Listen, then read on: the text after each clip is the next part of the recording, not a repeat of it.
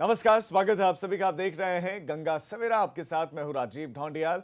शुरुआत करते हैं इस बुलेटिन की। सबसे पहले बड़ी खबर लखनऊ से 37 भंडार गृहों का ऑनलाइन शिलान्यास आज मुख्यमंत्री योगी आदित्यनाथ करेंगे। 37 भंडार गृहों का यह ऑनलाइन शिलान्यास आज होने वाला है। 187 करोड़ रुपए की लागत से ये भंडार गृह बनेंगे। शिलान्यास आज है। 187 करोड़ रुपए का खर्च आ सकता है, ऐसा अनुमान है। और उत्तर प्रदेश राज्य भंडारागार निगम इन गोदामों को बना रहा है।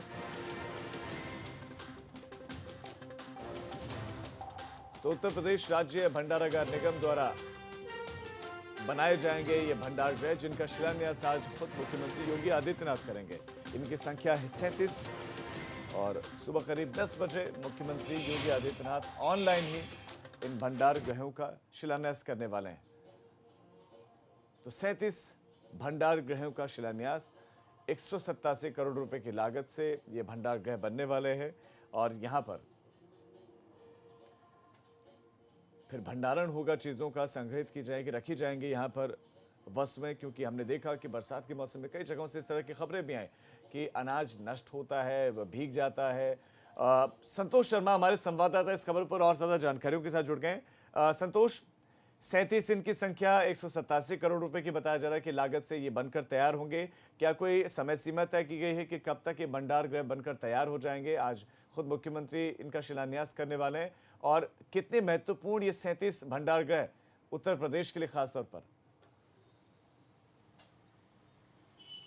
देखिए, उत्तर प्रदेश के मुख्यमंत्री योगी आदित्यनाथ आज अपने मुख्यमंत्री आवास से करीब 10 बजे यहाँ पर कार्यक्रम एक आयोजित किया जाएगा। ऑनलाइन शिलान्यास करेंगे।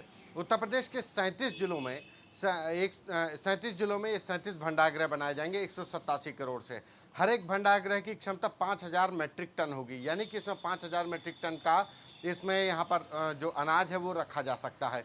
ये किसानों के लिए एक बड़ी राहत होगी। हर एक जिले में एक ये भंडारगृह होगा, यानी 37 जिलों में 37 भंडारगृह बनाए जा रहे हैं। 37 जिलों में उन किसान, आसपास के जिलों के किसान भी वहाँ पर अपना अनाज, अपनी फसल को सुरक्षित रख सकते हैं। अक्सर बेमौसम हुई बारिश के चलते या कई बार ओलावृष्टि के चलते जो बाहर रखी जो फसल है वो नष्ट हो जाती है।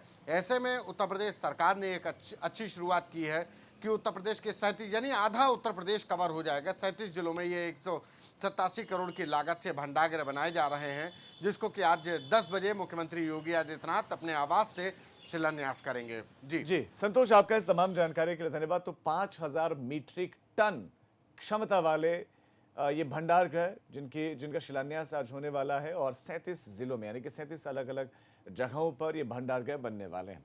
खबरों में आगे बढ़ रहे हैं। आज हड़ताल पर रहने वाले लखनऊ हाईकोर्ट के वकील और हाईकोर्ट की लखनऊ बेंच में वकीलों की अनिश्चितकालीन ये हड़ताल, ये बड़ी खबर है। वीडियो कॉन्फ्रेंसिंग से अधिवक्ता संतुष्ट नहीं है। वीडियो कॉन्फ्रेंसिंग रास नहीं आ रही है अधिवक्ताओं को, ये बड़ी खबर। आज हड़ताल पर रहने वाले वकील हड़ताल पर रहने वाले हैं लखनऊ हाईकोर्ट के। और वकीलों का हड़ताल पर जाना यानी कि सीधा सीधा ये लोगों के लिए, आम लोगों के लिए परेशानी वाली बात। और लखनऊ की बेंच में वकीलों की अनिश्चितकालीन हड़ताल, हाईकोर्ट की लखनऊ बेंच है और अनिश्चितकालीन हड़ताल पर जा रहे हैं। नाराजगी है वीडियो कॉन्फ्रेंसिंग को लेकर। कोर्ट में वर्चुअल सुनवाई के बजाय फिजिकल सुनवाई की मांग कर रहे हैं कि वो खुद वहां पर मौजूद होना चाहते हैं और चाहते हैं कि वर्चुअल सुनवाई अब ना होकर कोर्ट खुले, दरवाजे खुले और जो एक प्रक्रिया जो पहले से चली आ रही है वैसे ही चलती रहे। शैलेश अरोड़ा हमारे संवाददाता इस खबर पर आपको और ज्यादा डिटेल जानकारियां देंगे। संतोष, कोरोना का काल चल रहा है, वीडियो कॉन्फ्रेंसिंग के जरिए ज्यादातर कोर्ट में सुनवाई चल रही है। ऐसे में शैलेश क्या क्या मांग कर रहे हैं और क्या इरादा है अब वकीलों का?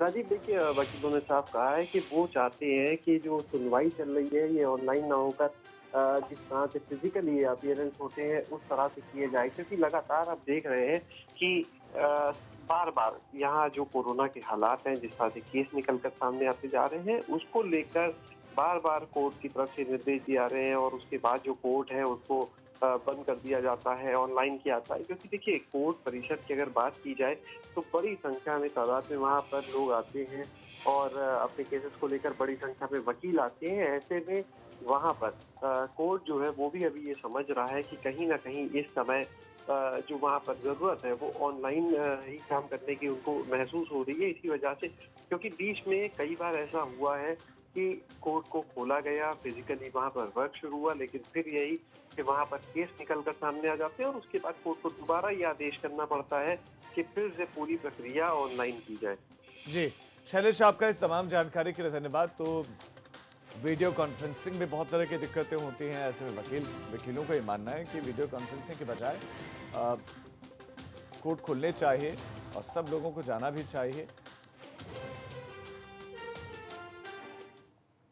बड़ी खबर अब आपको दिल्ली से दे दें। बीजेपी विधायक कृष्णानंद राय हत्याकांड मामले में सुनवाई आज। बहुत महत्वपूर्ण सुनवाई है। बीजेपी विधायक कृष्णानंद राय हत्याकांड मामले में सुनवाई। आरोपी हनुमान पांडे उर्फ राकेश पांडे जिसका एनकाउंटर हुआ, उस एनकाउंटर पर सुनवाई होने वाली है। सुप्रीम कोर्ट में आज मामले की सुनवाई होगी। याचिकाकर्ता वकील विशाल तिवारी ने निष्पक्ष जांच की मांग की है। आपको ये बताते हैं कि हनुमान पांडे उर्फ राकेश पांडे, इसका एनकाउंटर हुआ लखनऊ में। एनकाउंटर हुआ और लखनऊ में एनकाउंटर पर परिवार ने सवाल उठाए। परिवार का यह कहना है कि राकेश पांडे उर्फ हनुमान को तो घर से उठाकर ले गई पुलिस और उसका एनकाउंटर कर दिया। अब रुक करते हैं सीधा दिल्ली का। हमारे संवाददाता अविनाश तिवारी हमारे साथ और ज्यादा जानकारियों के साथ जुड़ गए। अविनाश, बहुत महत्वपूर्ण सुनवाई होने वाली है क्योंकि इस मामले को लेकर फिर पुलिस को कटघरे में खड़ा किया है। इस एनकाउंटर पर सवाल उठाए गए हैं। कितने बजे सुनवाई होने वाली है? कौन पक्ष रखने वाला है राकेश पांडे की तरफ से? देखिए, अगर राजीव बताया तो तकरीबन 12 बजे करीब सुप्रीम कोर्ट में ये सुनवाई होगी, जिसमें मांग की गई है राकेश पांडे का जो इनकाउंटर हुआ है वो पूरी तरीके से फेक है। इसकी जांच के लिए 3 सदस्यीय आयोग का गठन किया जाए। जैसा कि विकास दुबे एनकाउंटर केस में 3 सदस्यीय जांच का गठन किया गया है। कहा यह गया कि जब विकास दुबे केस में सुप्रीम कोर्ट में सुनवाई हो रही थी, तब सुप्रीम कोर्ट ने उत्तर प्रदेश पुलिस को यह चेतावनी दी थी कि ऐसा भविष्य में दोहराव न हो, इसका ख्याल रखे उत्तर प्रदेश पुलिस। लेकिन उत्तर प्रदेश पुलिस ने इस बात का ख्याल नहीं रखा और सिंघम स्टाइल में राकेश पांडे और हनुमान पांडे को उसको घर से उठाया जाता है और उसको इनकाउंटर कर दिया जाता है। जबकि वो घर में था, इतने दिनों से वो पुलिस के संपर्क में था, पुलिस उसको जान रही थी, लेकिन इतने दिनों से उसको ना तो गिरफ्तार किया गया ना तो मारा गया। एकाएक अचानक से उसको घर से उठा के उसका इनकाउंटर कर दिया जाता है। तो इस पर बड़ा प्रश्न लगाया गया है। अगर बात करें तो राकेश पांडे की ओर से याचिकाकर्ता विशाल तिवारी अपना पक्ष रखेंगे, तो वहीं उत्तर प्रदेश की ओर से एडवोकेट जनरल सुप्रीम कोर्ट में गरिमा प्रसाद वो अपना पक्ष रखेंगे उत्तर प्रदेश सरकार का कि आखिर क्या इनकाउंटर फेक है या नहीं। जी, अविनाश, आपका इस तमाम जानकारी के लिए धन्यवाद। तो महत्वपूर्ण सुनवाई आज होने वाली, करीब 12 बजे बताया जा रहा है कि इस पर सुनवाई होगी और गरिमा प्रसाद जो यूपी सरकार की तरफ से पक्ष रखेंगे। दूसरी तरफ ये मांग की जा रही है कि एक 3 सदस्यीय जांच कमीशन बनाया जाए इस मामले में भी। खबरों में आगे बढ़ रहे हैं, रुक करेंगे वाराणसी का बीएचयू सुपर स्पेशलिटी कॉम्प्लेक्स सवालों के घेरे में। यहां पर कोरोना अस्पताल में फिर एक शव मिलने से हड़कंप मच गया। सुपर स्पेशलिटी कॉम्प्लेक्स के नॉन यूज एरिया में शव मिला है, जिसको लेकर जिलाधिकारी ने भी नाराजगी जताई है और उच्च स्तरीय जांच के आदेश दे दिए हैं। असल में पुलिस ने शव ऊपर से गिरने की आशंका जताई है। आपको ये बता दें कि 2 दिन पहले एक कोरोना पॉजिटिव यहां से लापता हो गया था, जिसका शव मिला अस्पताल के अंदर से, उस हिस्से से जहां पर सीवर है, सीवर से निकलने की जगह से शव मिला। इस मामले में डीएम ने यह भी कहा कि वार्ड की निगरानी सीसीटीवी से क्यों नहीं हो रही है। इस पर भी सख्ती दिखाई कि वार्ड में किसी तरह का कोई सीसीटीवी नहीं है। ऐसे में ये पूरा का पूरा कोविड अस्पताल, बीएचयू कोविड अस्पताल, और इसका प्रबंधन सवालों के घेरे में, क्योंकि ये सामान्य घटना नहीं है।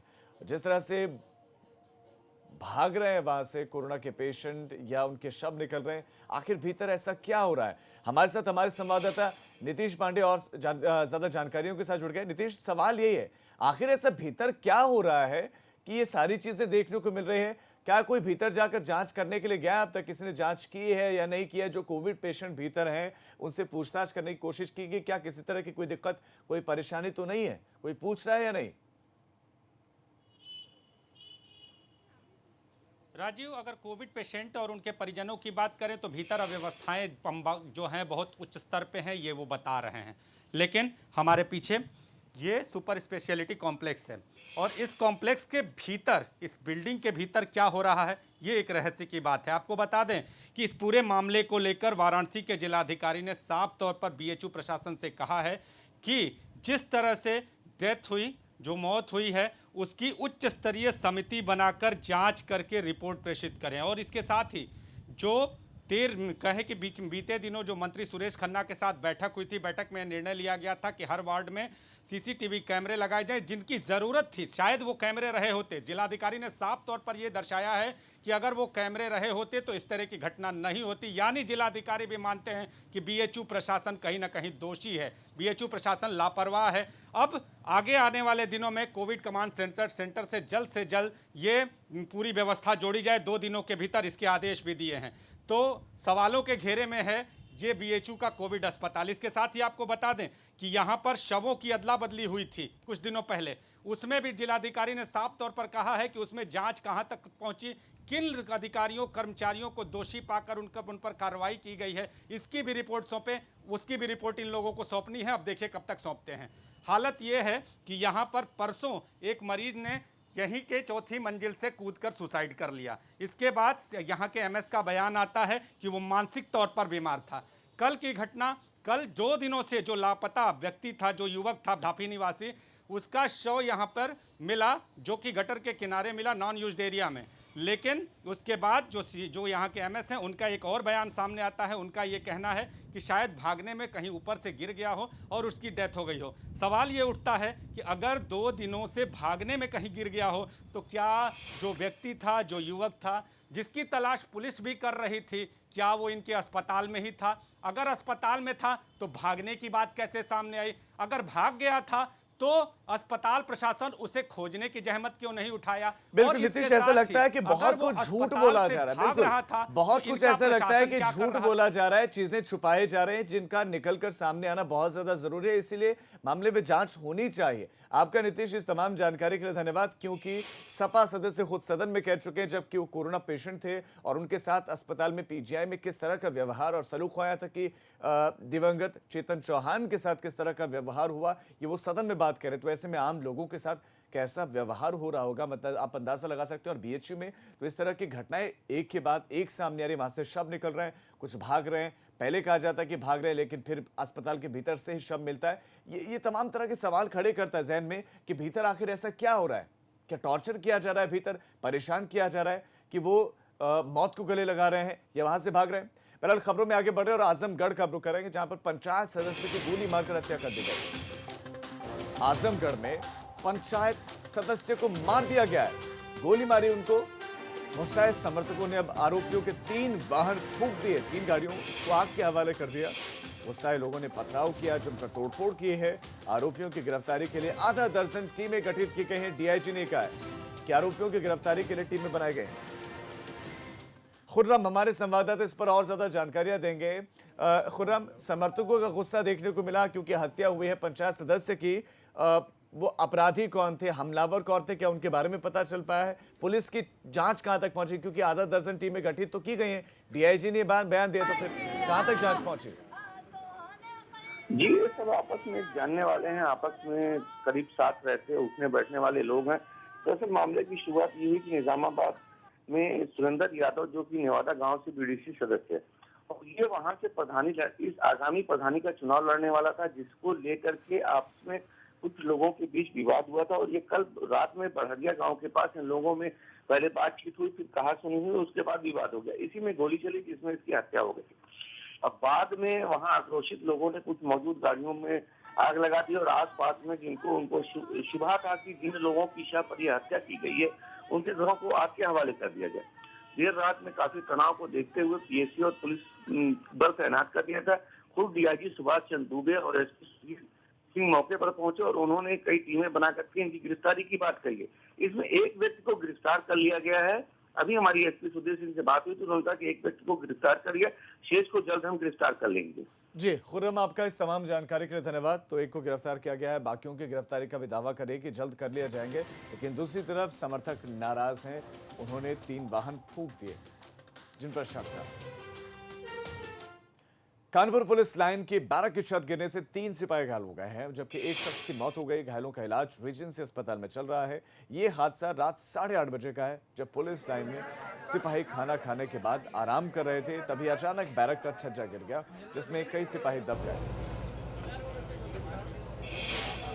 कानपुर में एक दर्दनाक हादसा सामने आया है जहां पर पुलिस लाइन में बनी बैरिक जो है वो अचानक से उसका जो बारामदा है वो पूरी तरह से गिर गया, जिसमें एक जो पुलिसकर्मी है उसकी दबने से मौत हो गई। तो वहीं जो 3 पुलिसकर्मी हैं जो यहां पर सो रहे थे उनको घायल हो गए, जिनका निजी अस्पताल में इलाज चल रहा है। अगर पूरी घटना की बात की जाए तो ये आप सामने तस्वीरों में देखेंगे कि ये बैरिक का बाहरी हिस्सा है, क्योंकि यहाँ पर जो रहने वाले पुलिसकर्मी हैं उनकी संख्या ज़्यादा है, लिहाजा ये जो गैलरी का हिस्सा है, कैमरा सहयोगी से चाहूँगा कि थोड़ा सा आगे चल के दिखाएं, ये पूरा गैलरी का हिस्सा है। ये यहाँ पर काफ़ी जो पुलिसकर्मी हैं वो यहाँ पर रुकते हैं और छत देखेंगे, जो पूरा का पूरी ये छत है ये जो है वो अचानक से गिर जाती है। बताया ये जा रहा है कि जिस समय ये पूरा हादसा हुआ है लगभग 10 जो पुलिसकर्मी हैं वो यहाँ गैलरी में लेटे हुए थे और उसी समय ये छत गिरती है। जैसे ही छत गिरती है उसके बाद रेस्क्यू ऑपरेशन शुरू किया जाता है और लोगों को बाहर निकालने का काम किया जाता है। फिलहाल रेस्क्यू ऑपरेशन खत्म हो गया है और लेकिन तस्वीरें जो हैं वो दिल दहला देने वाली है, क्योंकि यहाँ पर जितने भी पुलिसकर्मी रहते थे उनका जो सामान है वो देखकर आप अंदाजा लगा सकते हैं कि कितना बड़ा हादसा है। क्योंकि जिस तरह से यहाँ पर जो बैरक है, यहाँ पर जो लोग हैं वो बरामदे में भी रहते थे, तो उनके सामान जो हैं चाहे वो बेड हो, उनके बकस हो, होल्डाल हो, तो वहीं एक आपको दूसरी तरफ दिखाएंगे तो यहाँ पर एक बाइक जो है वो भी खड़ी हुई थी, वो मलबे में दबी है और वो भी पूरी तरह से क्षतिग्रस्त हो गई है। तो यहाँ पर भी आप सामान जो देख रहे हैं कि सब सामान जो है वो अस्त व्यस्त पड़ा हुआ है। एक बड़ा हादसा जो है कहा जाए टला ज़रूर है, लेकिन फिर भी एक पुलिसकर्मी की मौत हुई है पूरी घटना में और वहीं 3 जो पुलिसकर्मी हैं वो घायल हैं, जिनका इलाज अभी प्राइवेट हॉस्पिटल में चल रहा है। फिलहाल जो तस्वीरें उससे आप अंदाजा लगा सकते हैं कि पूरा जो ये बैरिक के बाहरी बारामदे का हिस्सा है जिसमें कई पुलिसकर्मी जो हैं वो रहते थे, वो पूरी छत है वो गिरी है। फिलहाल प्रथम दृष्टया देखने से काफ़ी पुरानी जो ये बिल्डिंग है वो व्यतीत हो रही है, लिहाजा जो लगातार बारिश हो रही है उसकी वजह से ही ये पूरा हादसा हुआ। हालांकि अधिकारी जो हैं वो जांच करने की बात कर रहे हैं, लेकिन जिस तरह से पूरी घटना हुई है उसने कहीं ना कहीं एक बड़ा सवाल भी है कि आखिरकार जो पुलिसकर्मी हैं जो दिन रात मेहनत करते हैं वो किस तरह की बिल्डिंगों में रह रहे हैं, ये भी एक सवाल खड़ा होता है। फिलहाल जो रेस्क्यू है वो पूरी तरह से खत्म हो गया है। 3 जो पुलिसकर्मी हैं वो घायल है जिनका इलाज चल रहा है और वहीं एक पुलिसकर्मी की मौत हो गई है। वीडियो संकेत के साथ प्रभात अवस्थी, एबीपी गंगा, कानपुर। एटा में सरकारी स्वास्थ्य विभाग पीएचसी अवागढ़ के चिकित्सा अधिकारी की कार्यप्रणाली और भ्रष्टाचार और दुर्व्यवहार से पीड़ित चल रहे पीएचसी के कार्यरत डॉक्टर्स, नर्सेस और अन्य चिकित्सकों ने एटा के मुख्य चिकित्सा अधिकारियों को सामूहिक त्याग पत्र दे दिया। कोरोना काल में इतने सारे स्वास्थ्य विभाग के डॉक्टर्स, नर्सेस और अन्य स्वास्थ्य कर्मियों ने सामूहिक इस्तीफे से स्वास्थ्य विभाग में हड़कंप मच गया है। बाद में एटा के सीएमओ ने सभी के इस्तीफे अस्वीकार करते हुए आरोपी चिकित्सा अधिकारी अवागढ़ के खिलाफ 3 सदस्यीय जांच कमेटी गठित की है। राकेश हमारे संवाददाता इस पर और ज्यादा जानकारी देंगे। राकेश, सामूहिक इस्तीफा दिया है, इस्तीफे को अस्वीकार करते हुए एक जांच कमेटी गठित की गई है, लेकिन जिस चिकित्सक पर आरोप है क्या उस पर किसी तरह की कोई कार्रवाई अब तक हुई है? जांच टीम गठित करने के अलावा किस तरह का एक्शन हुआ है? क्या आपको बता दूं, ये एटा जनपद के अवागढ़ पीएचसी में एक चिकित्सा अधिकारी है डॉक्टर सतपाल राठौर। इनके खिलाफ सारे चिकित्सकों ने से इस्तीफा दिया और इनका कहना है कि ये बार बार धमकी देते हैं, एफआईआर कराने की व्यवहार करते हैं और सबसे बड़ा जो खतरनाक आरोप लगाया गया वो ये है कि जिस गाड़ी से बैठकर डॉक्टर जाते हैं उसी गाड़ी में जो कोरोना के सैंपल्स हैं वो रख दिए जाते हैं। तो उनका कहना है कि इससे डॉक्टर से संक्रमण फैलने का खतरा है और उनकी जान भी खतरे में आ सकती है। इन्हीं सब मुद्दों को लेकर सारे डॉक्टर्स ने सामूहिक रूप से पीएचसी अवागढ़ के जो मेडिकल ऑफिसर हैं डॉक्टर सत्य प्रकाश राठौर, उनके खिलाफ इस्तीफा सौंप दिया है एटा के सीएमओ को। लेकिन एटा के सीएमओ ने सारे चिकित्सकों से बात की है, उन्होंने अभी इस्तीफा स्वीकार नहीं किया है। उनका कहना है कि इस पूरे मामले में 3 सदस्यीय एक जांच कमेटी बैठाई गई है और ठीक है, यानी कि अभी जांच कमेटी जांच करेगी और उसके बाद आगे क्या कार्रवाई होगी वो देखा जाएगा। फिलहाल राकेश, आपका इस तमाम जानकारी के लिए धन्यवाद। अब एक छोटे से ब्रेक के लिए हम रुक रहे हैं, फौरन लौट रहे हैं। आप देखते रहिए एबीपी गंगा।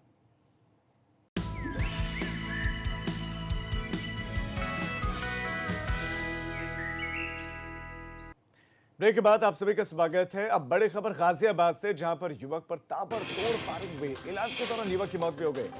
गाजियाबाद में युवक पर ताबड़तोड़ फायरिंग हुई, गोलियां चलाई गई हैं और युवक की मौत हो गई। ट्रॉनिका सिटी में युवक को गोली मारी गई है। दोनों ही मामलों की फिलहाल जांच में पुलिस जुटी है। बड़ी खबर इस वक्त, अभी तक किसी बदमाश की गिरफ्तारी फिलहाल नहीं हो पाई है। युवक पर हमला किया गया है। हमलावर कौन थे, किस इरादे से हमला किया, ये अभी तक स्पष्ट नहीं हो पाया है, लेकिन ये एक युवक पर यह हमला हुआ।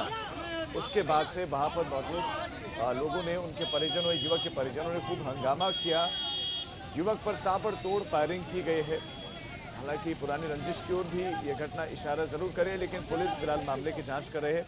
अभी तक किसी की गिरफ्तारी मामले में नहीं हुई है। ट्रॉनिका सिटी में युवक को गोली मारी गई है।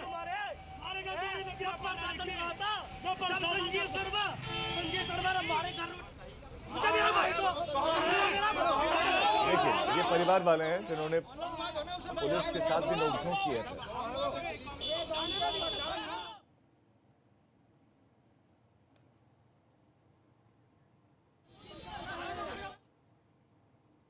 एक बड़ी खबर बरेली से भी मिल रही है, जहां पर फर्जी कॉल सेंटर पर दिल्ली पुलिस ने छापा मारा है।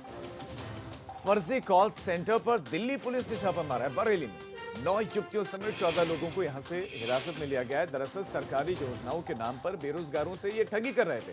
बेरोजगार लोगों को ठगने का काम कर रहे थे। अब पकड़े गए। दिल्ली पुलिस ने बरेली में ये कार्रवाई की है।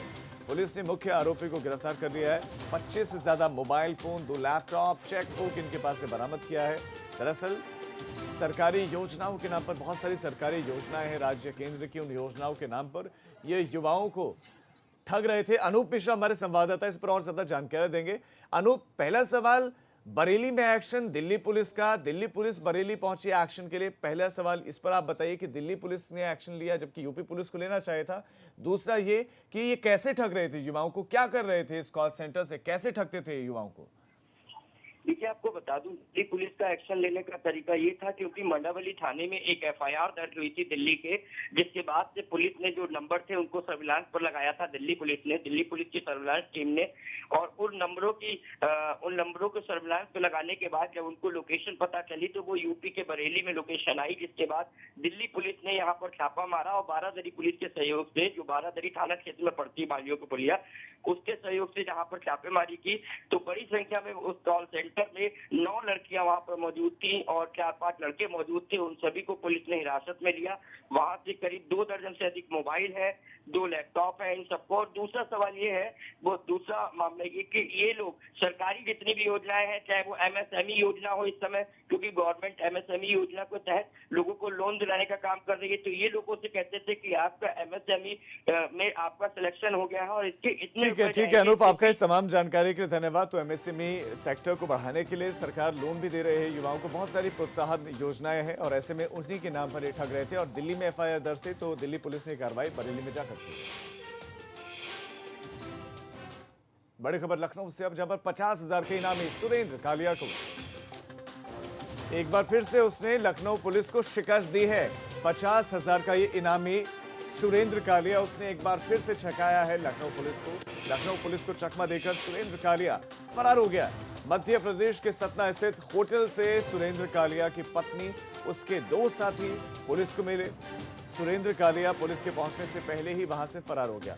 ये बड़ी खबर इस वक्त लखनऊ से आपको दे रहे हैं। इलाहाबाद के करीबी की आईडी पर यह सुरेंद्र कालिया अपनी गर्भवती पत्नी के साथ होटल में रुका हुआ था और होटल में लखनऊ पुलिस के पहुंचने से पहले ही फरार हो गया। आलमबाग में गनर लेने के लिए सुरेंद्र कालिया ने खुद पर, आपको बता दें कि फायरिंग करवाई थी।